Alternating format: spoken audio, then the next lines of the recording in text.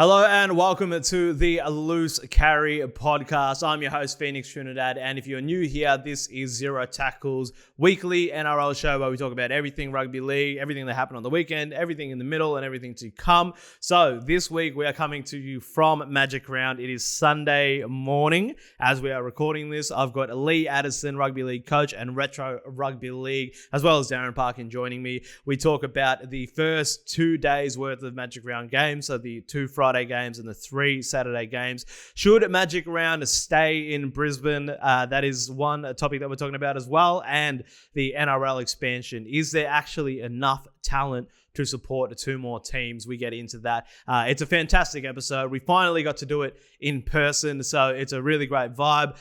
Subscribe to the YouTube channel if you haven't already. We have these podcasts coming out every week. And let's get into it. Up the wires.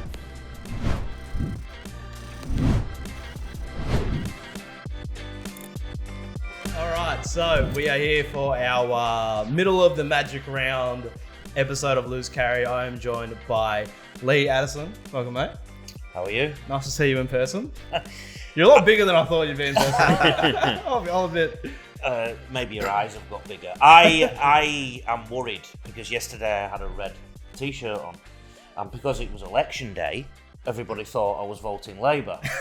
Today, I've got sky blue on, and you two have turned up. Everyone will think I'm a New South Wales fan. Well, there you go.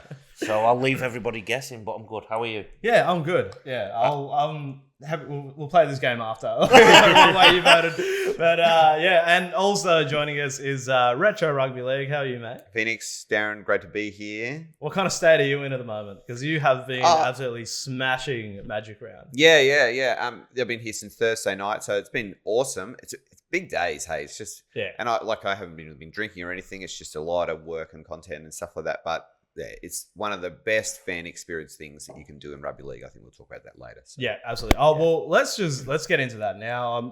I'll just bring in Darren as well. Hello, mate. Yeah, I'm wearing the black. I actually read a psychologist report the other day that's suggesting that teams that wear black in sport can be unfairly disadvantaged by referees because people look at black as a more offensive colour. So teams that you wear are black, quite an offensive guy. That's right. Teams that wear black are probably going to get. So maybe the Panthers, that might explain some of their perils this year. It doesn't really explain the 4 in a row. It doesn't explain that. So they're just caught up. Yeah. So for context, me and Darren, we've been here since Friday morning. So we've covered the Friday and the Saturday day. We're recording this on Sunday morning before the games have started. So we're going to be mostly only talking about the Friday and Saturday games. So Sunday, by the time this goes up, Sunday is probably already rolling or it's already done. But so Retro, let's talk through. Is this your first Magic Round? No, I went last year, but I only did just the Saturday of last year. Yeah. Okay. So this is my first big full stint, and like you said, we've still got to get through to today yet. But it's just such a good experience, and every day has a different vibe too. Saturday is the day where things really kick up a gear. Friday can get a little hairy. Sunday, I think, is like probably the most family-friendly day. Yeah. Thursday night's a really nice vibe too. It's like the training run, Women's Origin, really like that. So, yeah, you can pick your day depending on what you want of Magic Round 2. Right. And what about you? Like you weren't up there today, but you've been to Magic Round a few times. I have, and I think the thing that I like about it is that you can literally compare teams on that day. Yeah. So a couple of players that stick in mind. I remember seeing Nico Hines as an outside back and being genuinely amazed by him in person. I remember seeing Tommy Turbo in person as well. Yeah. And being able to compare them almost on the same day or over the same weekend a few years ago just made me believe that certain teams were going to go well for the rest of the year and others weren't. So that's the advantage. But I do get rugby league fatigue as well. So I did struggle with the concept of watching so many games. The back-to-back. Yeah. So.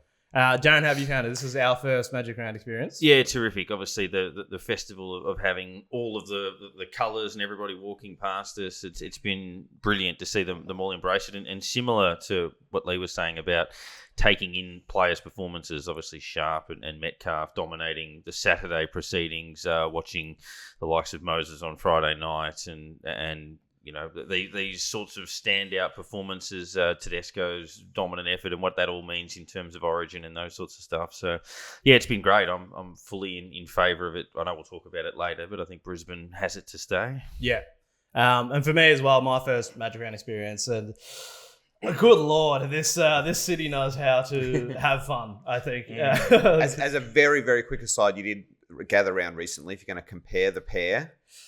Well, I was going to talk about that. So, Okay. yeah, so I did gather round. I've done gather round twice through the AFL. I did it this year and last year. Adelaide is perfectly set up for that's an AFL state. The city is like this, but they do multiple grounds. Yes. So they did, you have Adelaide Oval where they only had 2 games back to back, I think, on the Saturday there.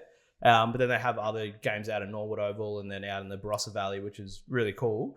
But I like that here every game is at the one What's stadium. the consensus on that? How do we feel about that, just even going around the room as to best case scenario? So Adelaide, the signature venue is the Adelaide Oval, and they go out to like the Barossa Valley, Norwood and places like that. Whereas obviously Brisbane, it's at the Mecca that is Suncorp.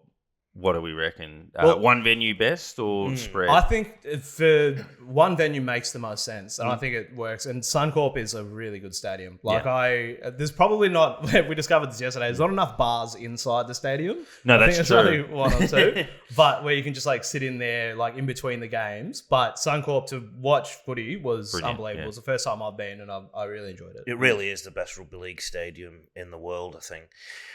Using the English experience, because Magic Round actually started in England, and they moved it a couple of times away from Newcastle. And this brings me to my next point, which is in terms of whether it moves or it doesn't. I'm a fan of saying if something works, Yeah, true. Yeah. keep it. If it's not broke, don't try and fix it. Well, if you were to move, what do you think? Should it stay in Brisbane? Well, I was recently listening to another podcast to say the NRL is actually every year putting it up for tender, and the Queensland government just keep buying it, and the price will keep going up and up, and Queensland will just keep buying it. I think currently they're paying, say, between 4 to 6 mil, but the economic increase is like 35 mil. So it's a no-brainer to keep that happening. And most of that is just beer on Caxton Street because, my God. Yeah, accommodation, Ubers, all those kind of things. But yes, the price gouging there. But anyway, yeah, I just can't see it working as well in any other place. Like some people say, well, do it in Allianz, and even if you want to split it between Allianz and the SCG, bad idea. But like that Moore Park setup, it's just not the same. Yeah, and it's just not the same in the way that you get to the ground and all the things around it. I don't think we have another setup as good in Australia as Brisbane, Caxton Street, Hale Street, Paddington, all that kind of stuff. Yeah, I don't think it works anywhere else. This might be the Victorian in me saying it, but is the elephant in the room Sydney's weather potentially as well?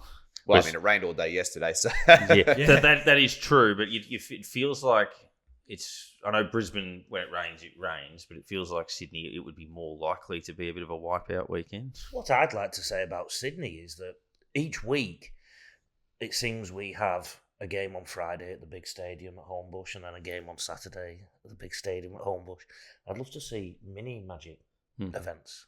And we wouldn't call them Magic as such, but you can have the Bulldogs having a home game, Souths having a home game, and West Tigers having a game at the stadium on the same day, I'm sure. Well, they were looking at doing something similar. They're having this, I think it's called Gadu round. It's like for Dig round later on in the year, they're playing 3 games at Allianz, but they're playing them over 3 days. So I don't really understand that. Why didn't they put them back to back to back and make the mini Magic round?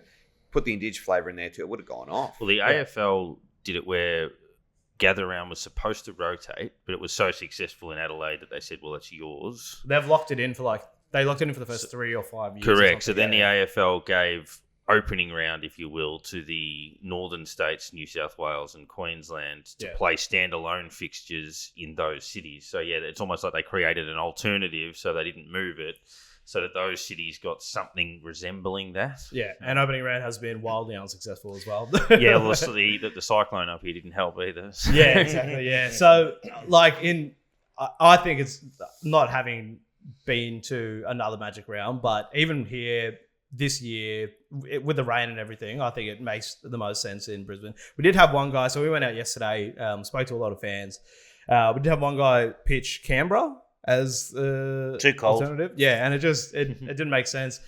We did also speak to a couple of people that said you could have it in Melbourne, you could have it at Amy, but then it probably wouldn't work in Melbourne. Yeah, Melbourne It's as not a enough of city could do it, but whether the vibe, I mean, people would go there. The but, concept, yeah. I think the concept is more than just, you got the location, you got the stadium, you got the venues and stuff, but you also got like, you're bringing it home, right? You're bringing it back to a place where people are just breathing rugby league.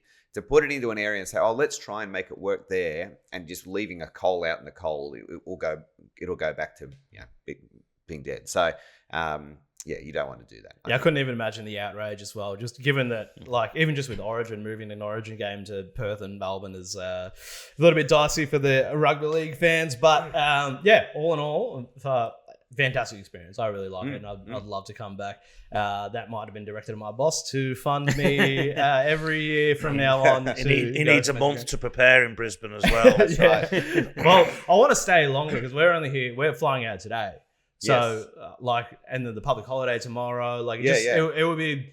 You really want to, and I know there's a lot of fans that have made an absolute event of this. Like yesterday when we were talking to people, I think we ran into maybe 4 or 5 different buck stews, which was just unreal. A lot of Kiwis flown over too. Yeah. I mean, we'll get into this a little bit later, but the Warriors fans are absolutely overrepresented in terms That game of might as well have membership. been in Auckland. It was amazing. It was unbelievable. But let's move now. Let's at least talk footy. So the first game, so Sharks getting over the Eels 28-18. How did you find this one, Darren? Yeah, it was interesting. Sharks could bounce back for them from last week's tough loss. They were very good early in sort of holding Parramatta out, but I thought the Eels created a lot of chances in the second half, but just made too many mistakes. It felt like they were giving themselves opportunities, but just little things here and there denied them the chance to get back into the game. So that the Sharks, I think, as much as it's a tick and a step in the right direction, there's a bit, Lee, that they've still got to work on coming out of that game. They're not quite there yet, but look, a win is a win, and I reckon the Eels fans would have been pretty frustrated, thinking we've had a few good looks here, we just haven't taken them. I think both teams will be offended by what you said because you're wearing black. But Nico Hines was good, but to be fair, he was playing against a team that you could probably get a team from the Caxton to beat them most of this year. They've not been great.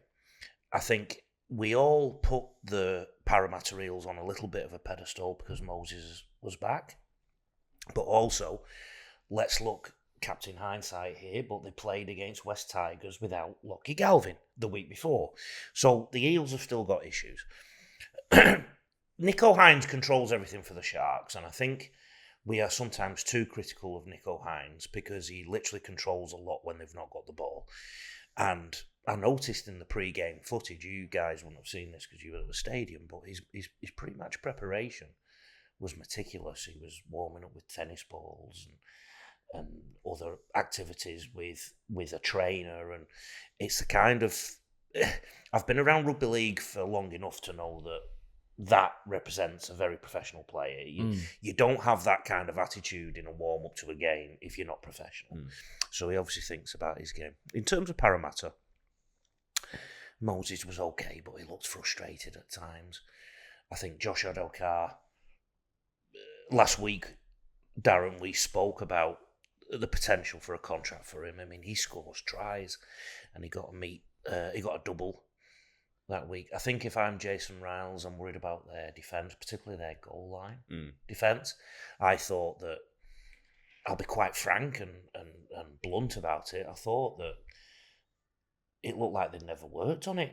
Retro. They were, the spacings were too big when they should have been inside shoulder. They overran it and whatnot, and the numbers were wrong each side of the ruck. So I think they've got some genuine issues, Parramatta Eels. I will say in their defence, that Nico is one of the best line runners in the game, and he ran some hard lines, and they stopped him a lot of the time. I think he got through for one try, but even when he got over the line, they were there. To me, I think you're right. I think Parramatta are like a power plug that's half in the socket, and it sparks every now and then, but you just either need to pull it out or jam it back in. There's moments where you go, wow. And there's other moments you go, what?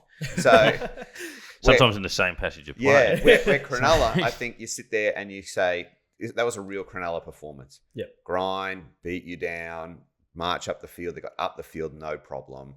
Just big bullies. But when the heat gets turned on against them in the future with more flary teams, I don't know if they'll be able to keep up. And going back to Nico Hines, he's not consistent enough. And against the bigger teams, he doesn't seem to fire as consistently as he should. Braden Trindle is a nice foil to him, though. He Yes. pulls out some good moments and that really good 40-20. Yeah. So I hope he'll stick around at the Sharks. Yeah. I got kind of caught up in the spectacle of it all because this is my first time seeing Nico Hines in person. Yeah. And it's my first time seeing a lot of players in person. But yeah, he does look like the ultimate professional and he just moves very smoothly. Like there's some certain things you don't pick up when you're just watching it on TV. But yeah, he's a nice guy to watch. I'm a firm believer that as a footballer, probably in any code, you're either a runner of the ball or your first instinct is to pass. I think Nico's first instinct is to run. Yeah, and I think he's very good at that. And I think there's an element of square pegs in round holes to try and make him this organiser. I also think he does understand the game, but it doesn't mean he's going to be a general.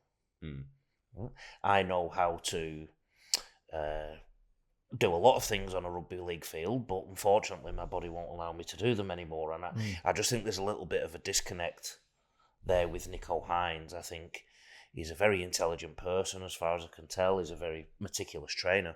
I just don't think that he's that fantastic at leading the team around in terms of what to say to players at the right time. I think and obviously when there's big games as well, the one that sticks out to me is when he played Origin. Yeah. He really looked like a rabbit in the headlights. So can he, with his approach to professionalism, I think he's going to get there eventually. But right now the question marks are still there for me. Well, how do you feel about Origin this year with Nico? Like he's in the team. I don't think he is. You don't think he's in? No, not a chance. I think there's enough issue trying to fit what you're going to do with the halves between Nathan Cleary, Moses, and Jerome Luai to worry even about mentioning Nico Hines. I don't think he'll even be a thought. I agree. He'll want Luke Metcalf in. Again, first time seeing Luke Metcalf in person, and good lord, we'll get into that later. But any final comments on that one? With Moses? I think that's a fair summary. I think he was positive, and I really like the analogy where they're it's half on, half off in terms of the in terms of para. So yeah, I think because at certain points in that game we were sitting in different sections that we were like making our way around, and Darren texted me that he's just like, Eels are making an absolute meal of this. You'd be tearing your hair out. Yeah. All right, so next game was that night, Roosters and Dolphins. I mean, Roosters dominated this one pretty much from the start. Dolphins made the scoreline look a little bit better. They came back. So how did you find this one, Retro? Yeah, I was a bit nervous going in. Even at halftime, I think it was 14-8, 3 tries to 1 and a penalty goal to the Dolphins. And I still wasn't 100% convinced because as a Chooks fan, I know there's these games they just love to throw away. Yeah. They finished it off, but a little unconvincingly. So they turned it on for a period of time and then just seemed to go into cruise mode. But on the flip side, while the Dolphins had their issues, Hammer is just an absolute freak. And there's been talk about what Queensland might do for Origin if Reece Walsh isn't available. It's a no-brainer for me. You put Hammer there. Yeah. Like, he's just so electric. He's so fun to watch. And we talked about, Darren, you mentioned how dominant Tedesco was. Well, who jumped over him and grabbed the ball and scored a try? Hammer. Yeah. So he seems to be undeniable in his form. Yeah, it's interesting. 14-8, as you say, at halftime was flattering for the Dolphins. It was, they should have been a fair way behind. Obviously, they rallied a little bit late in the piece, but Roosters' numbers not too bad. Won 3 of their last 4, averaging 30 points over that time. Scored 82 in the last 2. So starting to put that together, and Tedesco putting pressure on Edwards for sure in terms of how New South Wales look at that particular role. But yeah, the Dolphins, if you go back a couple of weeks when they put 40 in a row on against the Storm, and then I think they had 28 by nearly half time the week later, so scored nearly 70 points in probably an hour or thereabouts, an hour and 15 minutes of football. But conversely, they've now conceded, I think, 80 in the last probably less than 100 minutes, I would think. So, that they've been a little bit too loose, clearly, the Dolphins. Where's Sally? Because I want to bring up the schedule. Yeah.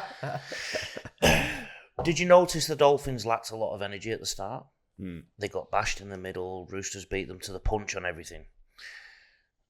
My first instinct is to look at the schedule. Mm. And the week before, the Dolphins travelled to Canberra on the Sunday. Mm.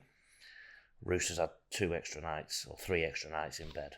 Yeah. And they played against the Dragons that hardly laid a glove on them. Mm. So I think that was probably the difference early on. The Roosters, I love their right edge. Wong, Toya and Marky Mark. Mm. I don't think there's a more electrifying right edge in the competition at the moment. I've been critical of Trent Robinson, the Roosters, in the past for looking too structured. I think one of the reasons it was so good the other day is that he actually played some free-flowing football. And I remember looking at the game and thinking this is going to be a fantastic side in a year or two. Mm.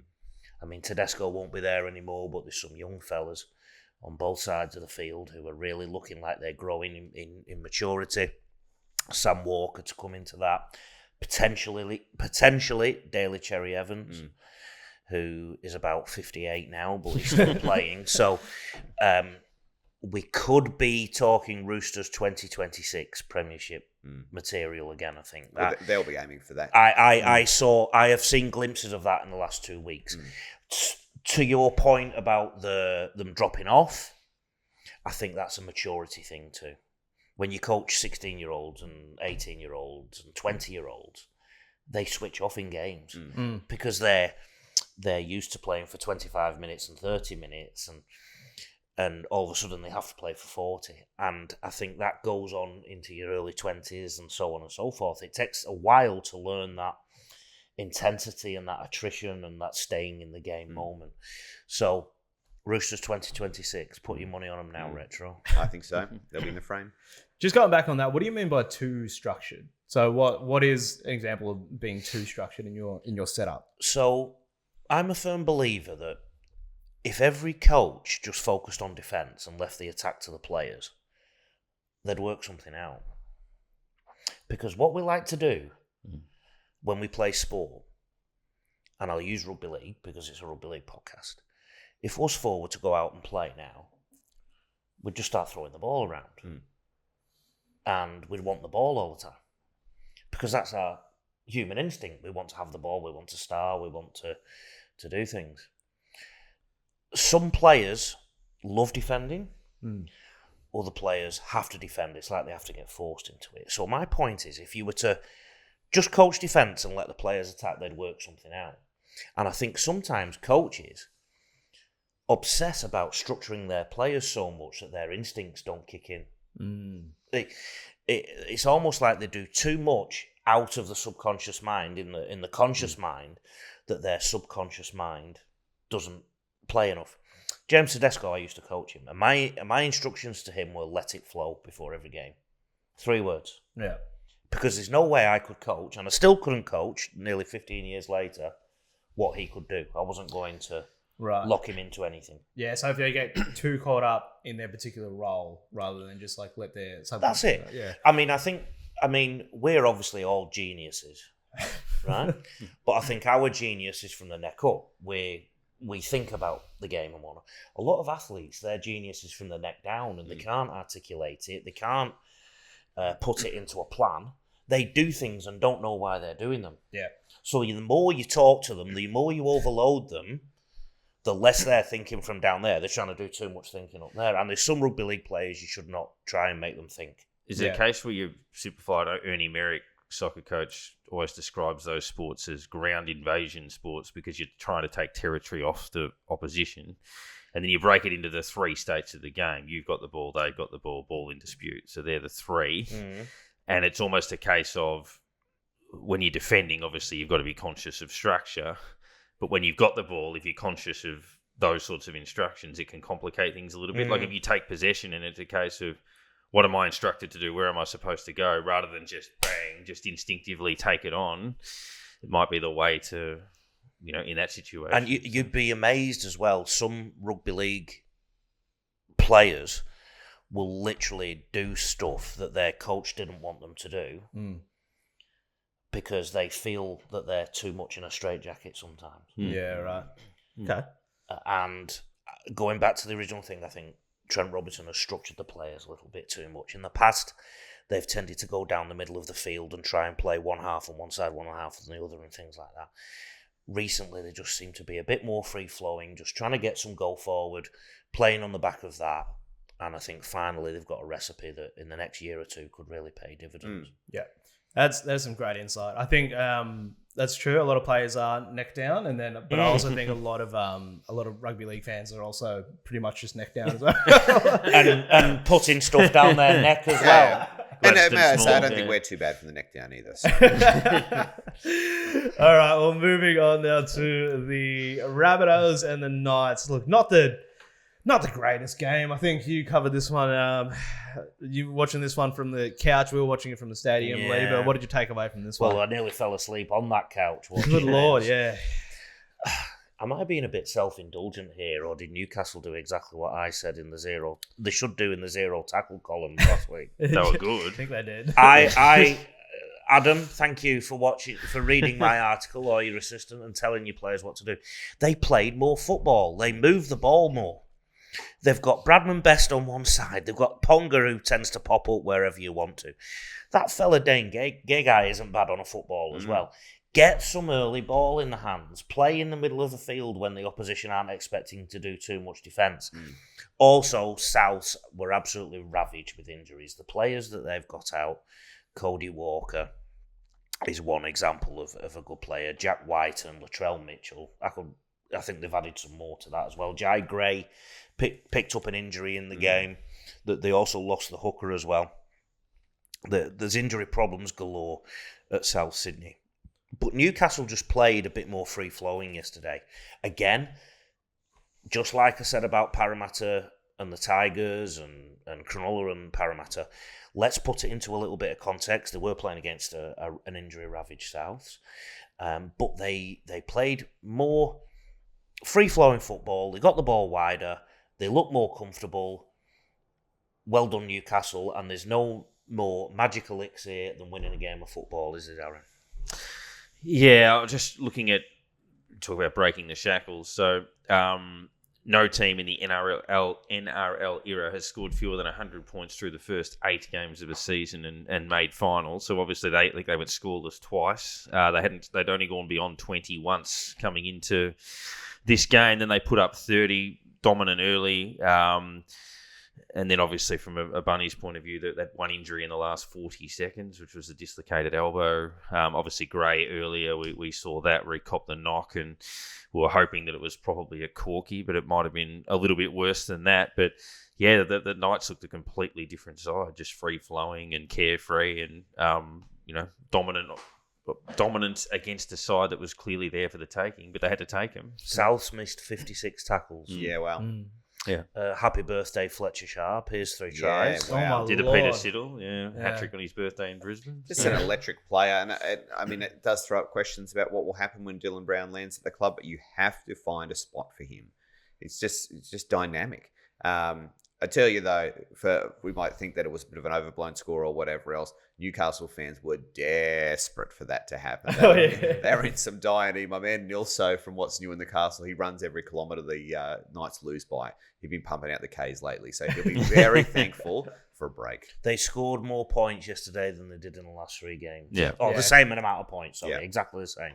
So, again, it's almost the same point as I just said about Trent Robinson. Adam O'Brien, let the players play. Give Fletcher Sharp early ball. Give Kalen Ponga early ball. Give Bradman Best early ball. Give Dane Gagai early ball. Let them deliver their magic. Yeah.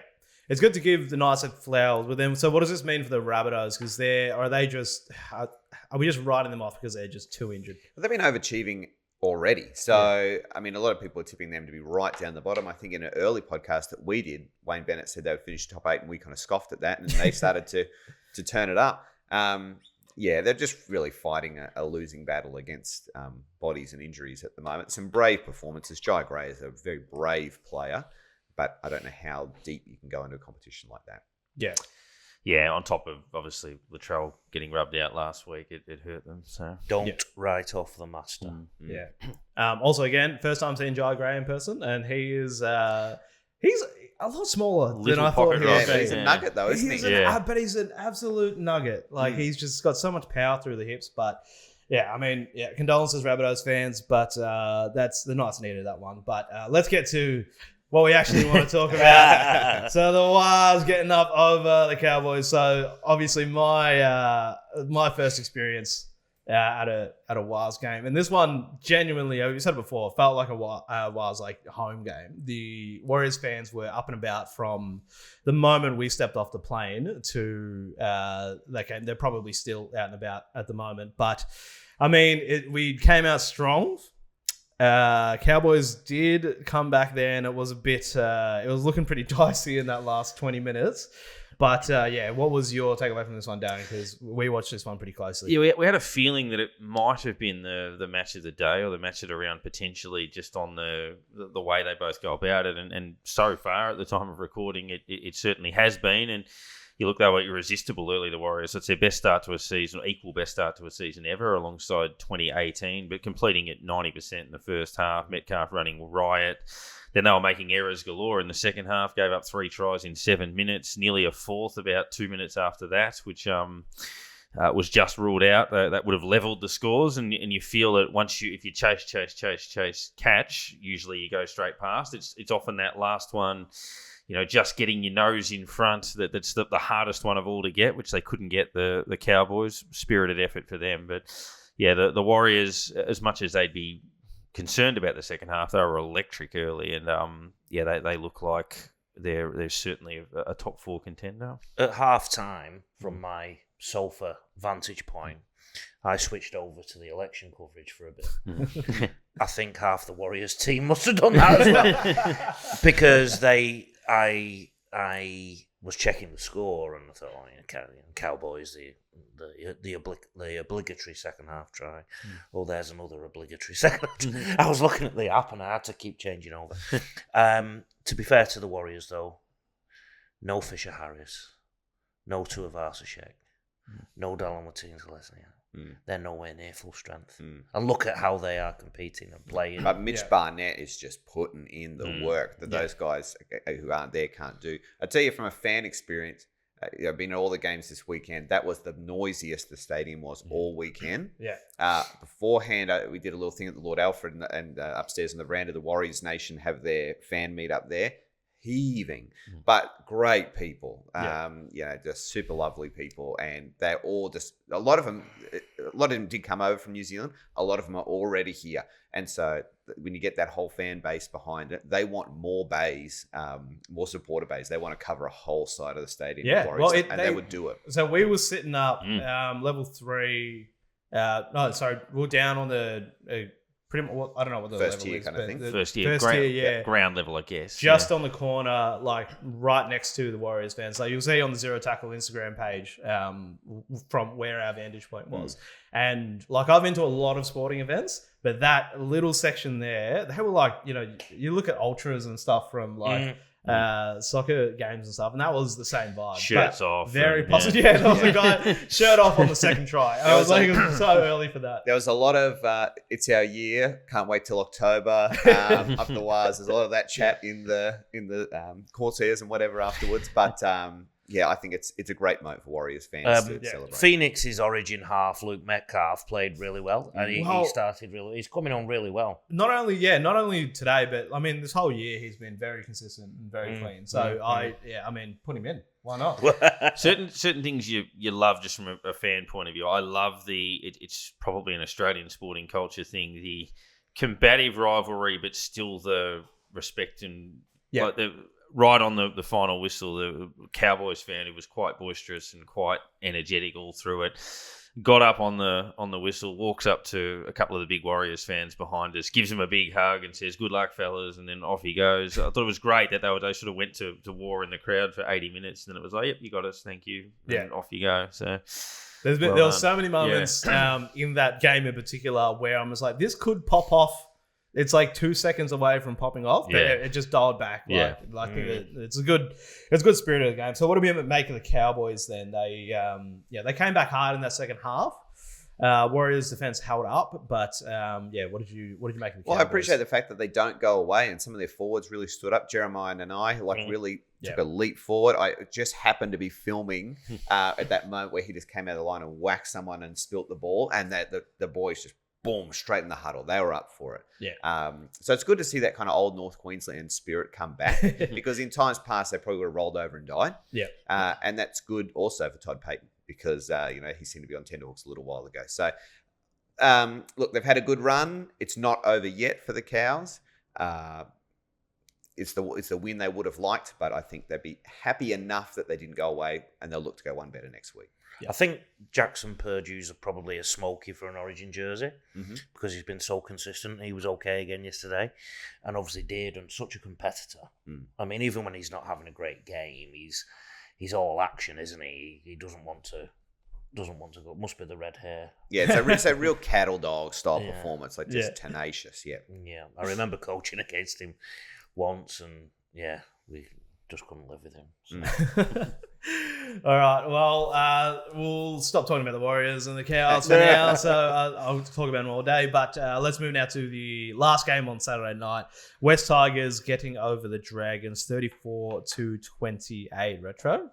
Every time I looked up at this game, it was just tries galore. It's just back, forth, like a game of basketball. Yeah. That many points. So I expected the Tigers to kind of start going on with it, and then when they did, I thought, well, that's it, and the Dragons would come back, and I don't know really what you take out of that, but I certainly know West Tigers fans are happy with the result. I don't know. I take two things. West Tigers have brought Lucky Galvin back, and he's obviously worth a few points to them. In the long term, this is going to cost the club, though, because this fella and his management apparently we're saying he was getting bullied 2 weeks ago and whatnot. So they're getting a short-term sugar hit from that, I think. I stand by what we said a couple of weeks ago about the culture of the club and whatnot. The other thing I took from it, I think Shane Flanagan has made a massive mistake in dropping Ilias for this game. Because if you actually look at the Dragons at the start of the season, nobody predicted them to be anything special. They've beaten the Storm. Before they played the Roosters, they'd won their previous 2 games. Roosters were red hot that day. I think he's had a little bit of a reaction to that. Don't get me wrong, Ilias wasn't great, and he probably hasn't been great. But don't forget, we also criticise Adam O'Brien for chopping and changing his halfback every 5 minutes. I think I'm putting the blame for Dragons' loss this week on Shane Flanagan. Right. He's won one more NRL premiership than me as a coach. But I think he overreacted a little bit after the Roosters. I mean, the Roosters, when they are hot, Darren, they are hot. They are.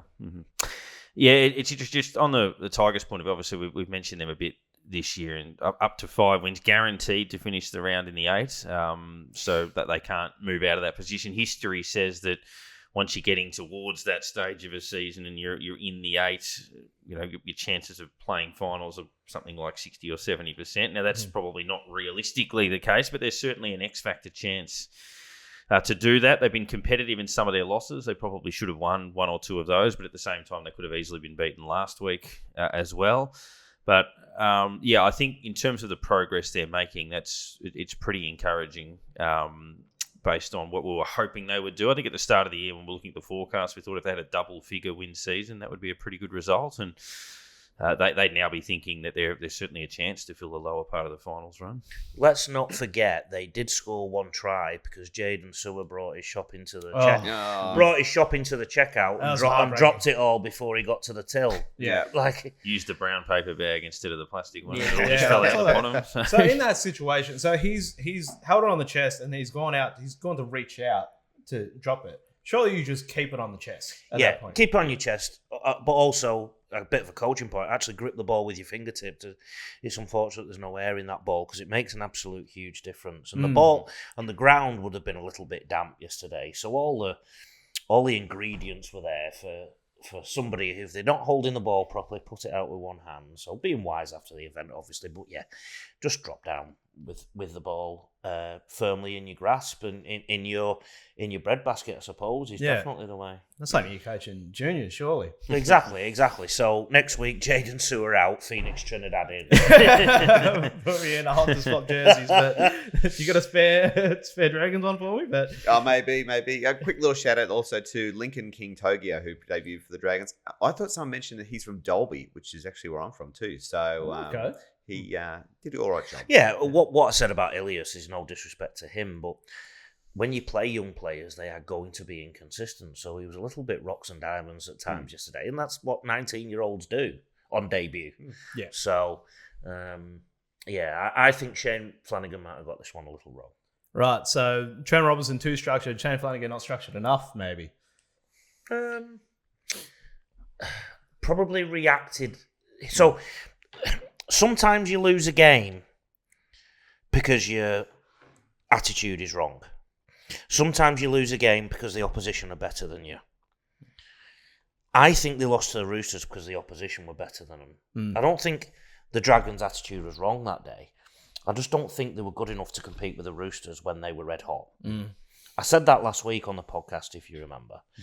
And also, coaches who change their halves, it makes you wonder what they've been doing in pre-season all the time. Like if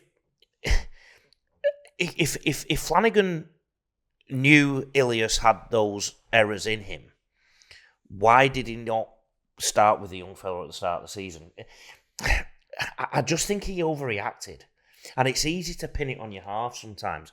What about the forwards who didn't give him great go forward against the Roosters? Maybe some of them need a spell in reserve grade. So I think the half can be an easy target sometimes. And I also think, and talking to the structure element, we sometimes think of the NRL half like a quarterback in NFL. Do I honestly need to start talking about the differences between the two games? I tell you what, they don't have in gridiron in the NFL. They don't have a 6 again rule where the opposition can blow you away in 3 minutes. So I think he overreacted. I really do. Because if you look at the Dragons, if you take out the Roosters game, I actually think they were going okay. But now they've compounded that with a loss to the Tigers. And it was only a loss to the Tigers by 6 points. Yeah.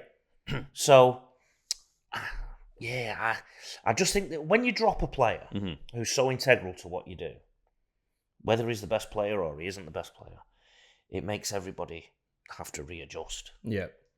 And it's like being in a workplace and one person gets sacked. Everyone gets a bit nervous. And maybe that's not what they needed. Yeah. Maybe they needed a cuddle. All right.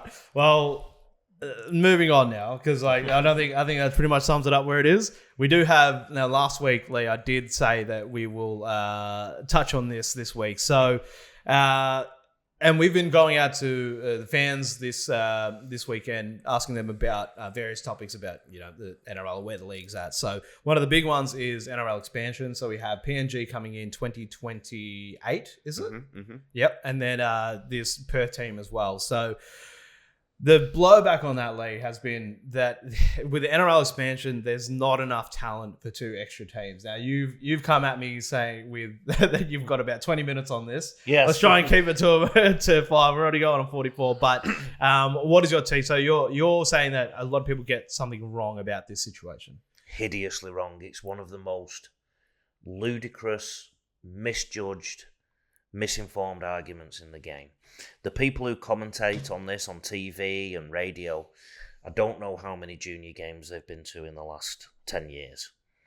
And I don't know how many players they know in the community, etc., etc. If I was to line players up who've been picked up that I've coached in the last 26 years, have been picked up for NRL and Super League, I think the list would go from one try line to the opposite try line at Suncorp Stadium if they all lined up one behind the other. If I list the players that should have made it, but through one reason or another didn't get picked up, or their life went. I could start them on the try line at Suncorp, and I think they'd end up on the try line at Telstra or at Allianz Stadium in Sydney. So, have you noticed a lot of the reallocation of funds in the NRL tends to go to the players at the top? And one of the big criticisms of this current administration is they still don't seem to have spent loads on rugby league development. There are players all over this country who literally do not get looked at. Literally. If you look at the New South Wales Origin side, you know when the clubs come up underneath? If that happened 20, 30 years ago, half, 2/3 of the side may have come from bush clubs. Now, that's predominantly city-based. Queensland still has that 50-50 mix, but you go out and talk to people in the country, which I do because of the work I do, they talk about players who just literally do not get looked at. Because what a lot of clubs do not do is pay money to send a recruitment person or have networks big enough to go and look at one player out in Roma or one player out in Dubbo or etc. etc. And it's easier for them to come to a big city carnival when all the selections have made. So let's use schools as an example. Let's say a team that plays in that city carnival has 50 trialists. There might be 2 or 3 players that were injured and couldn't come to the trial. There might be 2 or 3 players who geographically couldn't get to the trial. And then there's the trial and the whole process that goes into those trials to pick the best 20 or the best 22. The assumption that there's not enough talent assumes that we've got all these things right at every stage, that we don't miss anybody. I am telling you from my experience in the game, we are missing shitloads. Well, there's a whole jungle full of kids in PNG who aren't getting a look at. There's more kids in New Zealand that aren't getting a look at. So we've got, you're right, you're 100% right. There's all these kids in Australia and other nations that we haven't even started to develop yet. We've been having this argument about there's not enough talent since the ARL first started. And we kind of went from a 14 comp to right out to 20 for a little while with the Crushers and Chargers and all that kind of gang, and wheeled it back. The comp still went. And every time that we increased that, the argument came up again. There's not enough talent. And the teams keep coming, and the players keep coming, and the games keep rolling. It's just it's non-issue, I think. The other broadly one on the actual issue of expansion, because when we did ask people that, half the argument was the player development point that had just been put forward. But if we look at the history of NRL expansion or sport expansion, so you've got Gold Coast Seagulls on there, but the Gold Coast historically in all sports was a bit of a wasteland. So AFL, when the Brisbane Bears started, they were based on the Gold Coast. NRL's tried it a few times, basketball, soccer, obviously a bit of a transient city, but the Titans having a crack at it now. Then you look at Melbourne. Now, Melbourne works because of the success of the franchise largely, and it was embraced by the public. You compare that to Super Rugby, where the Melbourne Rebels fell away and folded. Then you look at, so the NRL has gone to Perth and Adelaide in the late 90s with a couple of those sides. So obviously it has to be fully embraced. Now that they've dipped their toes in the water with Origin being played in Adelaide, being played in Perth. Is it less is more? If you go to Perth, are they going to get around it? They've had the Jets in the Super Rugby competition who were sort of on tenterhooks for a little while.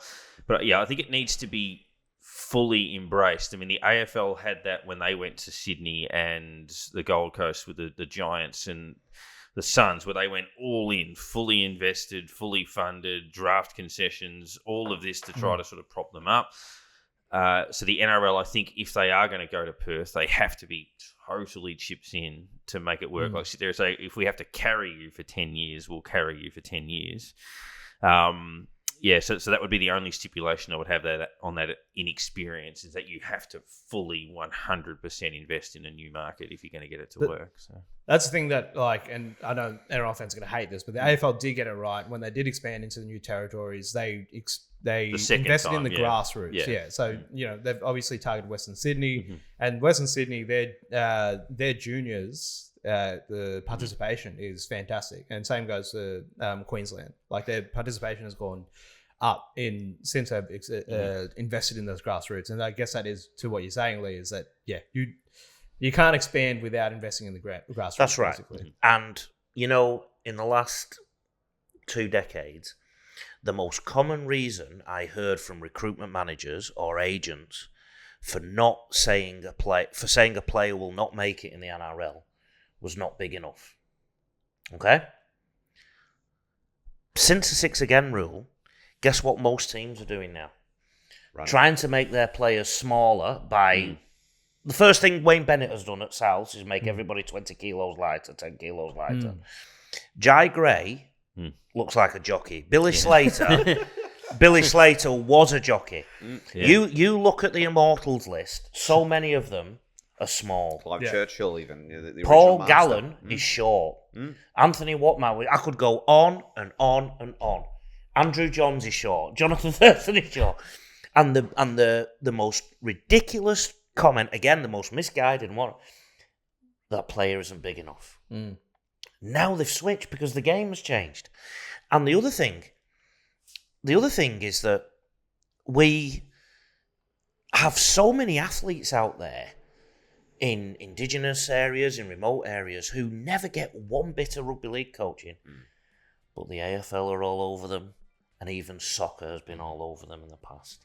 I could literally do 6 podcasts on this, Phoenix. We can talk about this every week if you really want, but we've hit our time, and we won't get into the previews for next round because there's still, as the time of recording, there's still 3 more games to play. But thank you, gents. I think we'll wrap it up there. We'll have Sowie back on next week so you can argue with him about everything that you wanted to argue. Thank you, Retro. Where are the people finding you? You've got so much content coming out this weekend. Yeah, Magic Round's been hectic. We've been up till 1 a.m. every morning doing my edits and stuff. So at retro_rugba_ league, like Peter Volandis would say it, Instagram, TikTok, Facebook, galore.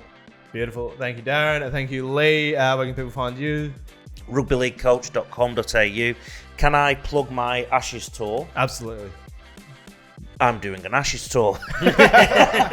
I've got 22 spaces, so I need 21 friends at least. Right. 6.5K. Pick 2 teams. 6.5K, first 2 tests, flights, top hotels, drinkies if you want drinkies, events and everything. It's not bad, that, is it?